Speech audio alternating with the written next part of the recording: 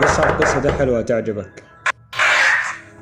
السلام عليكم. وعليكم السلام. معلش كنا عايزين بس سلم 4 متر ساعة زمن ورجعات تاني. لا والله ما فيش 4 متر دلوقتي عندي هنا، اللي موجود عندي 3 متر بس. ما فرقتش 3 متر من 4 متر. هاتوا الخير في مختار الله.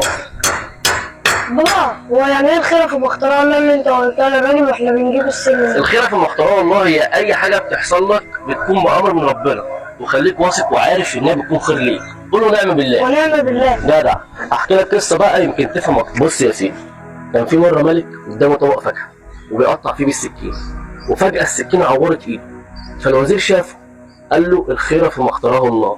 فتعصب الملك قوي وقال له ايه الخير في ان ايدي تتعور؟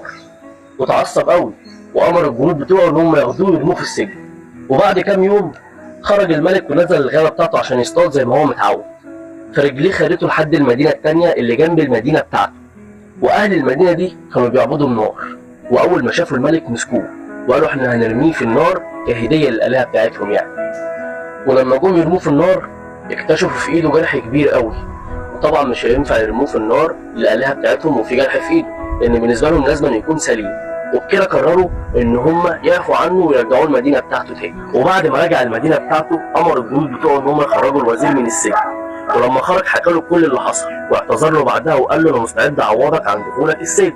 رد عليه الوزير وقال له انا بالعكس مش زعلان، الخير فيما اختاره الله، والسجن اساسا كان خير ليا. فرد عليه الملك وقال له كان خير ليك؟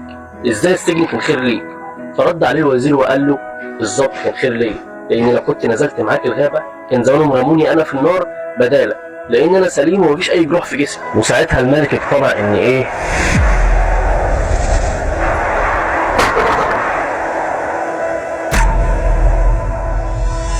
ما فرقتش 3 متر من 4 متر. هاتوا الخير في مختار الله.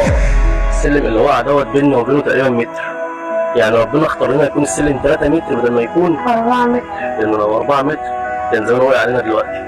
يبقى ايه الخير في مختار الله.